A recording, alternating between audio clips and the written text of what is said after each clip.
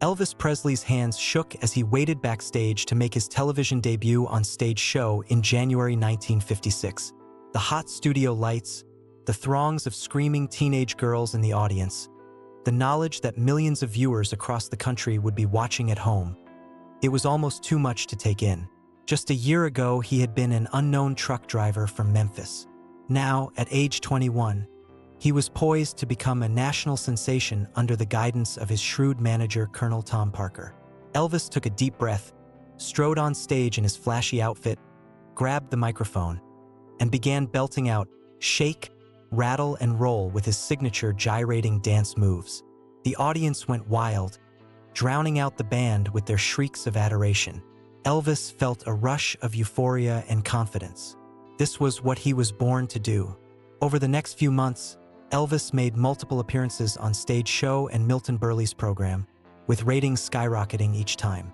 Fans mobbed him everywhere he went, and his singles Heartbreak Hotel, Don't Be Cruel, and Hound Dog shot to the top of the pop charts, selling millions of copies. By the summer of 1956, the handsome young man with the pouty lips and provocative pelvis had become the biggest new star in the country, Elvis the Pelvis, as the press dubbed him. His unique blend of country, pop, and rhythm and blues was ushering in an exciting new era of popular music soon to be known as rock and roll. But Elvis's meteoric rise also ignited a firestorm of controversy. Conservative cultural critics blasted his vulgar onstage gyrations as a threat to moral decency. Southern segregationists accused him of peddling nigger music that encouraged race mixing. Established pop stars like Frank Sinatra dismissed his music as uncouth noise by talentless, cretinous goons. There were growing calls to ban Elvis from television and radio before he could further corrupt America's impressionable youth. Privately, Elvis was shocked and wounded by the harsh criticism. He insisted his dancing was simply a natural physical expression of how the music made him feel. "I'm not trying to be vulgar. I'm not trying to sell sex," he told an interviewer. "I just want to entertain people and make them happy." Most of all, he hated that his adoring teenage fans were being disparaged as screaming morons and juvenile delinquents. They were just kids having fun, he argued. Why couldn't the adults let them be? But Colonel Parker saw only dollar signs in the swirling controversy. There was no such thing as bad publicity when it came to his golden boy Elvis.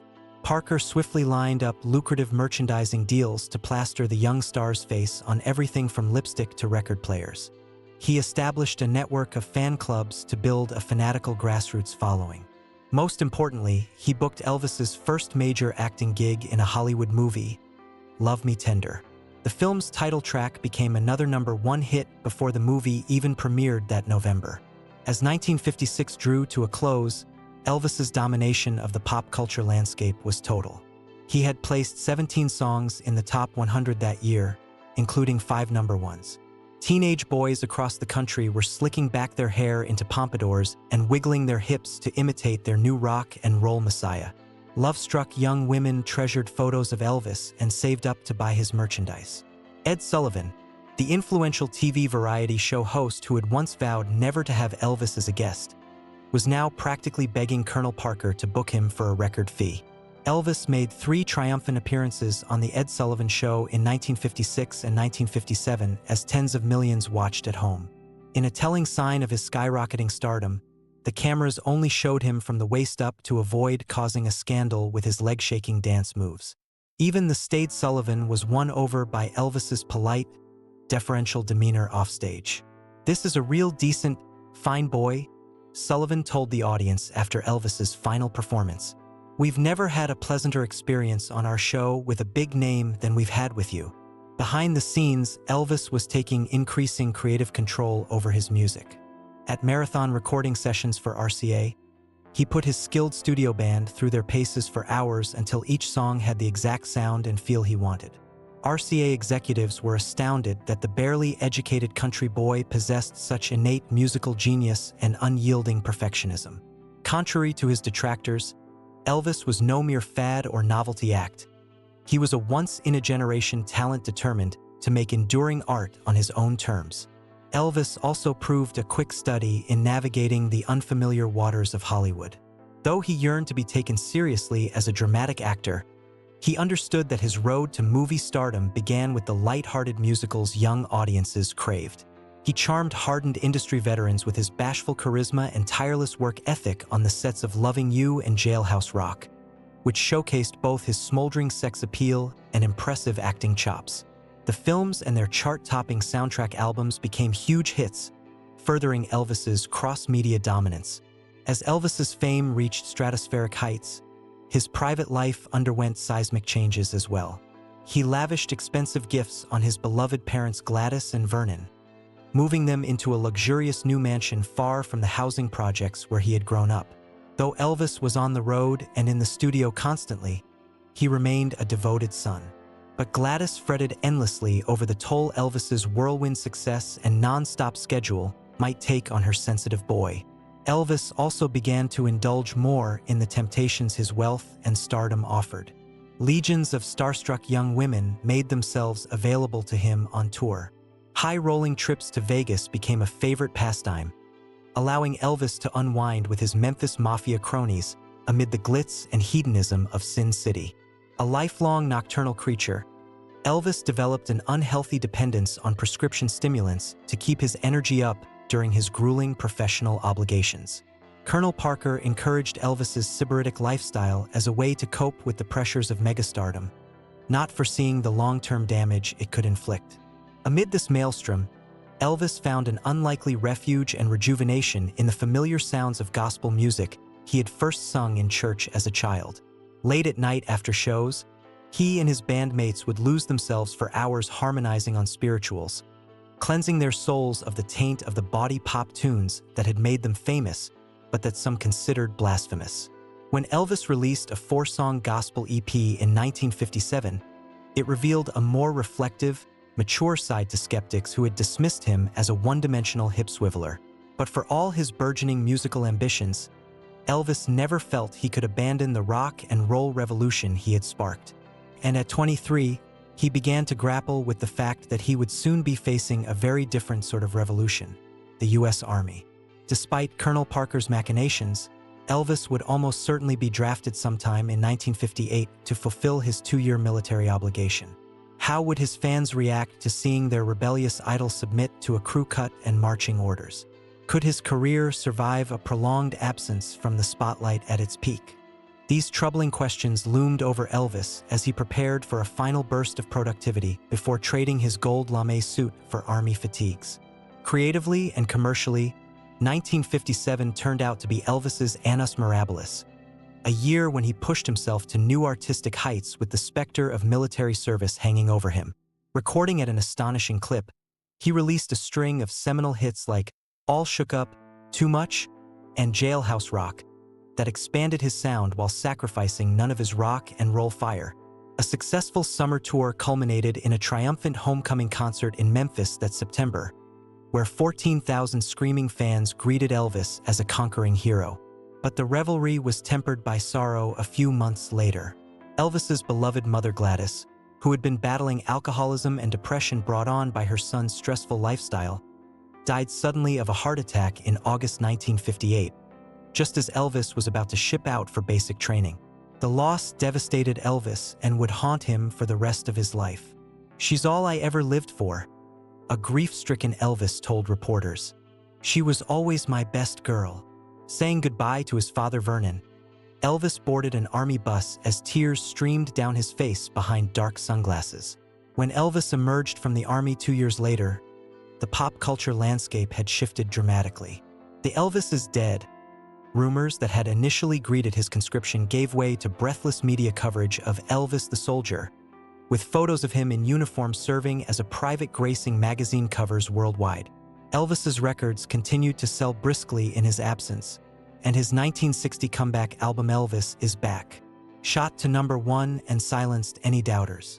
He reclaimed his place as the world's top musical icon, selling out arenas everywhere he toured. But as rock and roll came of age in the 1960s, Elvis struggled to keep pace with the changing times. The Beatles and Bob Dylan were writing their own songs and sparking a creative revolution just as Elvis had a decade earlier. As the decade wore on, Elvis increasingly devoted himself to making profitable but artistically tepid movies for Colonel Parker to the detriment of his music. The raw energy and innovation that had defined Elvis's 50s output gave way to glossy soundtrack pap and an over-reliance on his early hits. Personally, too, Elvis withdrew behind the walls of Graceland, the lavish Memphis estate he had purchased for himself and his father in 1957 at the height of his initial success as his marriage to Priscilla Beaulieu soured and his weight ballooned from too much rich food and prescription drugs. Elvis retreated more and more into the coddled cocoon of his celebrity, surrounding himself with paid yes-men. The cocky, ambitious showman who had set the entertainment world on fire faded from view, replaced by a bloated, bejeweled caricature trotted out for increasingly infrequent stage performances. Even still, the seismic impact Elvis had made in the 1950s ensured his status as a permanent American icon. New generations of fans discovered the primal power of Heartbreak Hotel and Don't Be Cruel. Elvis remained the measuring stick against which all subsequent musical superstars were judged. The hip-swiveling rebel who had shocked the nation now seemed a quaint artifact of a more innocent era. But if Elvis's 70s decline into drug-addled self-parody brought the story of the king full circle, it could never diminish the electrifying promise he had embodied 2 decades earlier. The strutting, coiled, youthful energy that had changed popular culture forever and launched the age of rock and roll. When news of Elvis's untimely death in August 1977 at the age of 42 shocked the world, the grief was tempered by gratitude for the thrilling musical gifts he had left behind. Looking back from the vantage point of the 21st century, it is hard to overstate Elvis Presley's importance as the first modern pop superstar of the mass media age. With his bedroom eyes, swaggering stage presence, and genre-bending musical vision, Elvis redefined the image of the matinee idol for a new generation. The androgynous sex appeal of the young Elvis anticipated the gender-blurring glam rockers and sensitive male ingenues who would follow in his footsteps. His intimate yet larger-than-life relationship with fans, cultivated through constant touring and TV appearances, set the standard for every teen idol to come. Most of all, though, Elvis was the ultimate musical crossover artist, obliterating the color lines separating black and white sounds. By fusing country, pop, and R&B with an intuitive genius, Elvis created something altogether new under the sun. A proto-rock and roll that spoke to the hopes, dreams, and libidos of American youth, while horrifying the moral guardians of the status quo. That such an incendiary talent could emerge from the poorest precincts of the segregated South to captivate the entire nation was a testament to the unsuspected power of popular culture to demolish social barriers. For a brief, shining moment, Elvis was the embodiment of a new, more inclusive America just beginning to flex its cultural muscles on the world stage. Neither Hollywood nor the army nor the ravages of time could dim the eternal youthful spirit he represented. Through all the triumph and tragedy of his later years, Elvis remained forever the rockabilly cat who shook up Ed Sullivan, the kid with the greasy pompadour daring the girls to love him tender. He may not have invented rock and roll, but he was its first and arguably greatest superstar, the original soundtrack to the awakening of teenage America. In the end, no tribute perhaps captured Elvis's seismic impact better than the words journalist Lester Bangs wrote upon his passing. "We will never agree on anything as we agreed on Elvis. The ultimate American icon was dead, but the music and the myth would live on forever."